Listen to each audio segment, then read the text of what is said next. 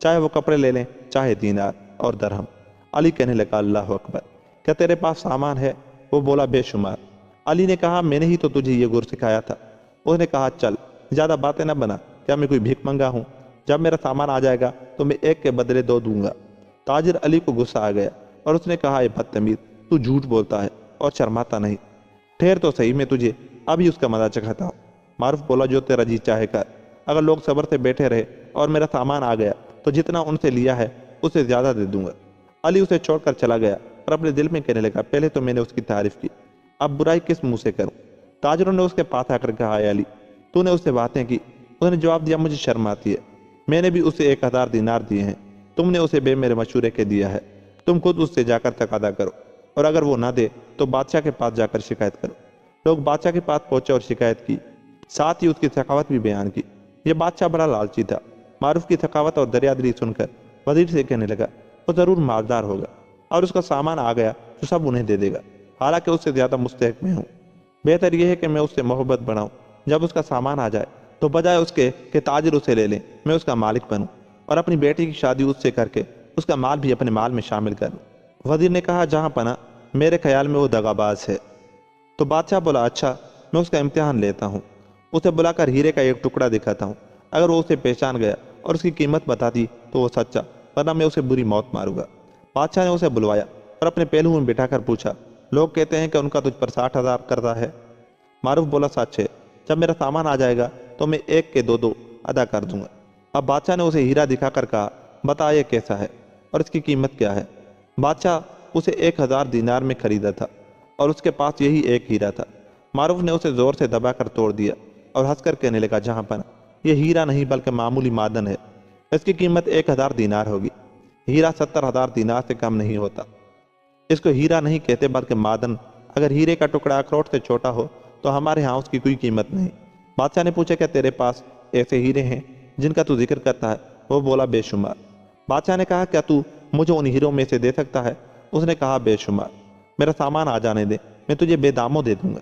بادشاہ خوش ہو گیا اور اس نے تاجروں سے کہا تم جاؤ، جب اس کا سامان آ جائے تو اپنے اپنے مجھ سے آ کر لے جانا۔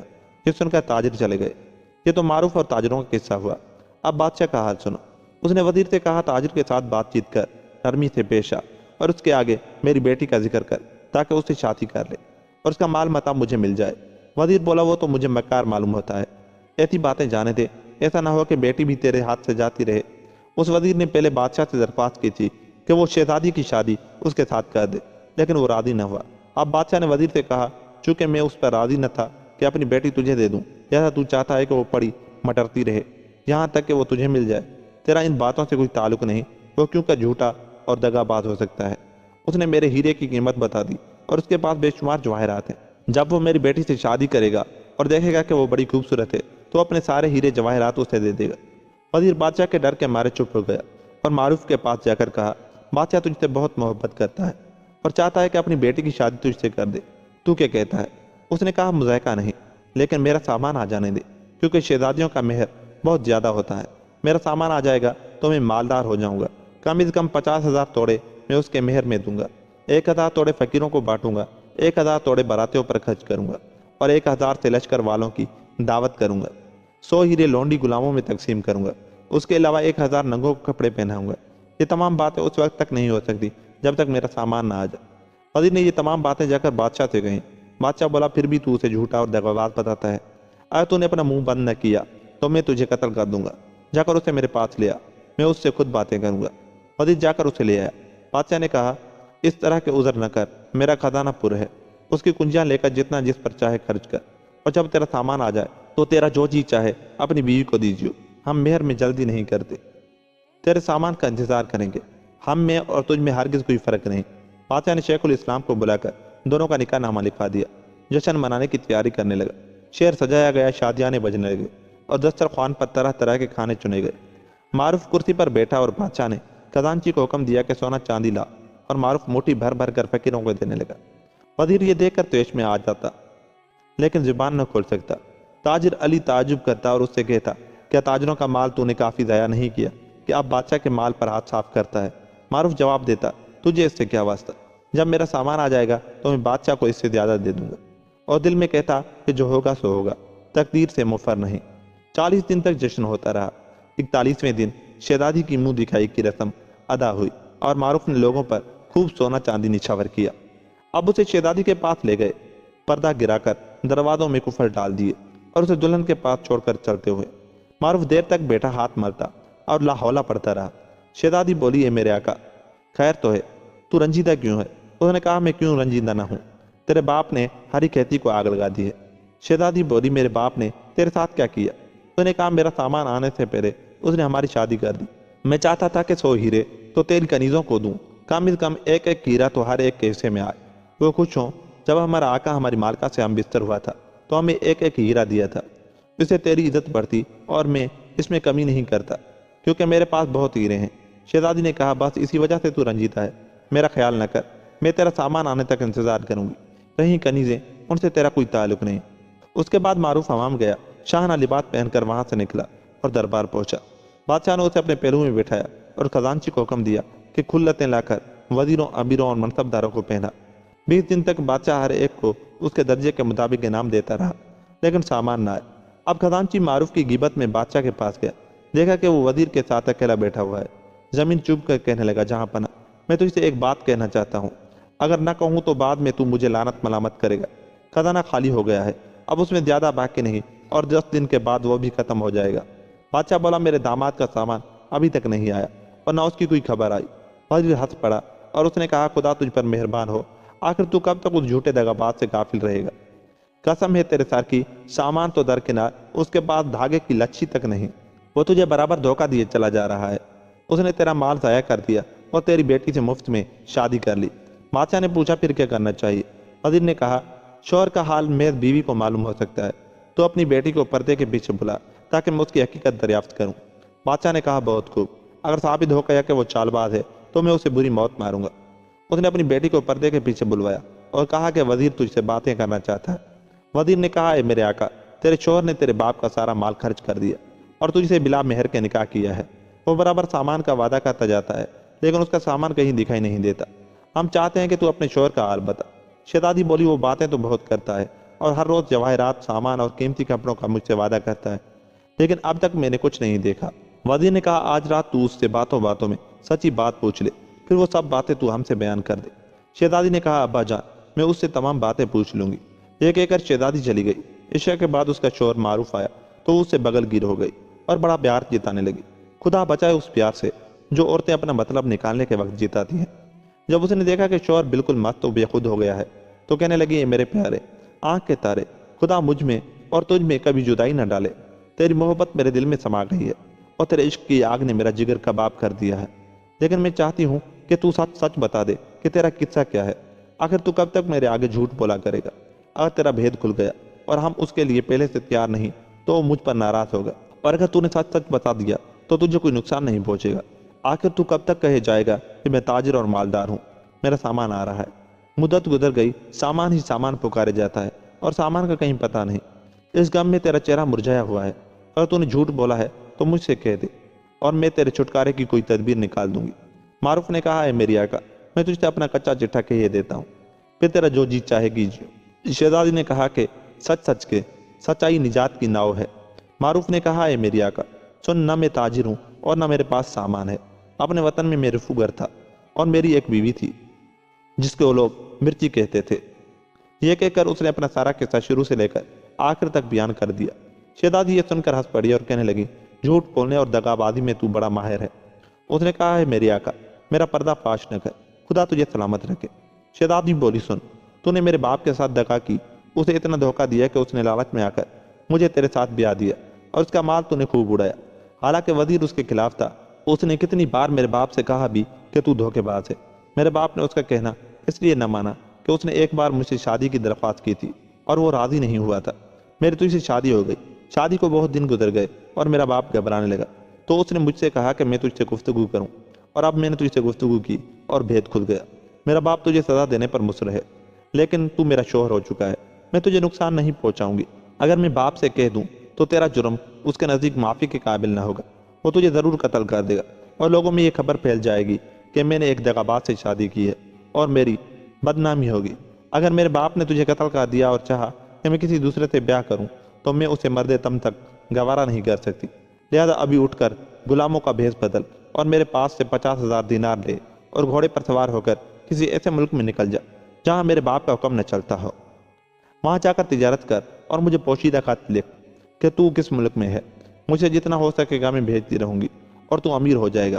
اس اسنا میں اگر میرا باپ مر گیا تو میں تجھے بلا بھیجوں گی، تو بڑی عزت کے ساتھ یہاں آ جائے گا، اور اگر میں مر گئی یا تو مر گیا تو پھر قیامت کے دن ہم ملیں گے۔ جب تک ہم دونوں صحیح سلامت ہیں میں تجھے برابر خط اور مال بھیجتی رہوں گی۔ فی الحال چلا جا، کہیں ایسا نہ ہو کہ دن نکل آئے اور تیرا سر اڑا دیا جائے۔ معروف نے اٹھ کر غلام کا بھیس بدلا اور سیف سے کہا گھوڑا تیار کر، اور شہزادی سے رخصت ہو کر آخری رات میں شہر سے نکل کھڑا ہوا۔ جو کوئی اسے دیکھتا یہی گمان کرتا کہ بادشاہ کا غلام کسی کام کے لیے جا رہا ہے۔ صبح ہوئی تو بادشاہ اور وزیر شہزادی کے پاس آئے۔ بادشاہ نے پوچھا بیٹی کیا کہتی ہے؟ وہ بولی خدا تیرے وزیر کا منہ کالا کرے، وہ چاہتا ہے کہ مجھے اور میرے شوہر کو بدنام کرے۔ بادشاہ نے کہا کیوں کر؟ اس نے کہا قبل اس کے کہ کل میں اس سے گفتگو کروں۔ فرج غلام ایک خط لے کر آیا اور کہا 10 غلام نیچے کھڑے ہوئے ہیں، انہوں نے مجھ سے یہ دے کر کہا کہ ہماری طرف سے معروف تاجر کے ہاتھ چوم، اسے یہ خط دے اور اسے کہے کہ ہم تیرے وہ غلام ہیں جو سامان کے ساتھ ہیں۔ ہمیں خبر ملی تھی کہ تو نے شہزادی سے شادی کی ہے اور ہم تجھ سے اپنی سر گزشت سنانے آئے ہیں۔ میں نے خط لے کر پڑھا تو اس میں لکھا تھا 500 غلاموں کی طرف سے ان کے آقا حضرت معروف تاجر کے نام۔ تیرے جانے کے بعد 2000 بدو سواروں نے ہم پر حملہ کر دیا، ہم میں اور ان میں سخت لڑائی ہوئی اور آج 30واں دن ہے کہ برابر ہو رہی ہے، اور انہوں نے ہمارا راستہ روک رکھا ہے، اسی وجہ سے ہم اب تک تیرے پاس نہیں پہنچ سکے۔ اس کے بعد خط میں یہ تھا کہ بدو ہمارے 200 گٹھے لے گئے ہیں اور 50 غلاموں کو قتل کر ڈالا ہے۔ جب اسے یہ خبر ملی تو وہ کہنے لگا خدا ان کا ستیہ ناش کرے، وہ 200 گٹھوں کے پیچھے بدوؤں سے لڑ رہے ہیں۔ 200 گٹھوں میں زیادہ سے زیادہ 7,000 دینار کا مال ہو، بہتر ہے کہ میں جا کر ان سے کہوں کہ جلد چلے آئیں اور جو کچھ بدو لے گئے ہیں اسے جانے دیں، میں سمجھوں گا کہ میں نے وہ مال ان پر صدقہ کر دیا۔ یہ کہہ کر وہ ہنستا ہوا چل دیا اور اس کے چہرے پر ذرا سی شکن بھی نہ آئی، نہ مال ضائع ہونے کا ملال تھا نہ غلاموں کے قتل پر افسوس۔ جب وہ چلا گیا تو میں نے جھروکے میں سے جھانکا، دیکھا کہ واقعی 10 غلام کھڑے تھے، چاند سے زیادہ خوبصورت، 2000 کی پوشاکیں پہنے ہوئے۔ وہ انہیں لے کر چل دیا۔ خدا کا لاکھ لاکھ شکر ہے میں نے وہ باتیں اس سے نہ پوچھی جو تو نے مجھ سے پوچھنے کے لیے کہی تھی، ورنہ وہ میرا اور تیرا دونوں کا مذاق اڑاتا۔ لیکن یہ ساری خرابی تیرے وزیر کی ہی ہے، اس نے میرے شوہر کے بارے میں ایسی ناشائستہ الفاظ کہے۔ بادشاہ نے کہا بیٹی تیرے شوہر کے پاس بڑی دولت ہے، اس لیے اسے ان باتوں کی پرواہ نہیں۔ جس روز سے وہ آیا ہے فقیروں کو برابر خیرات دیتا ہے، خدا نے چاہا ان قریب اس کا سامان آ جائے گا اور ہمیں اس سے بڑا فائدہ پہنچے گا۔ بادشاہ پر بیٹے کی چال چل گئی اور اس نے اسے تسلی دی اور وزیر کو خوب ڈانٹا۔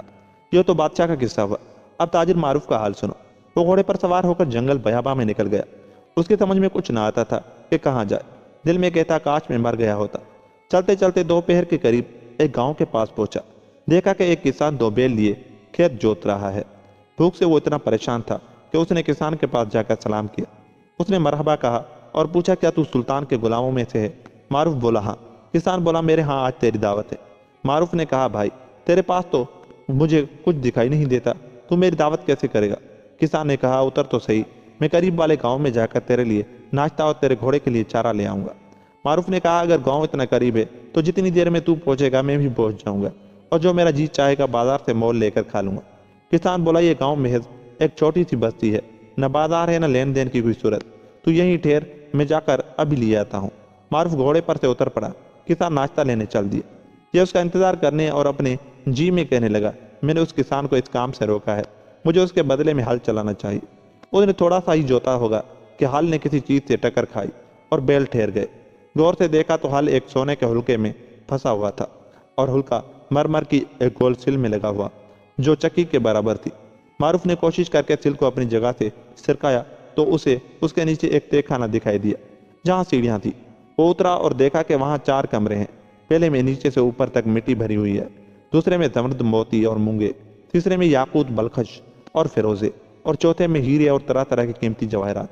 صدر میں ایک بلور کا صندوق ہے جس میں لاجواب جواہرات ہیں جو اخروٹ کے برابر ہیں۔ صندوق کے اوپر ایک ڈبیا بھی رکھی ہوئی تھی۔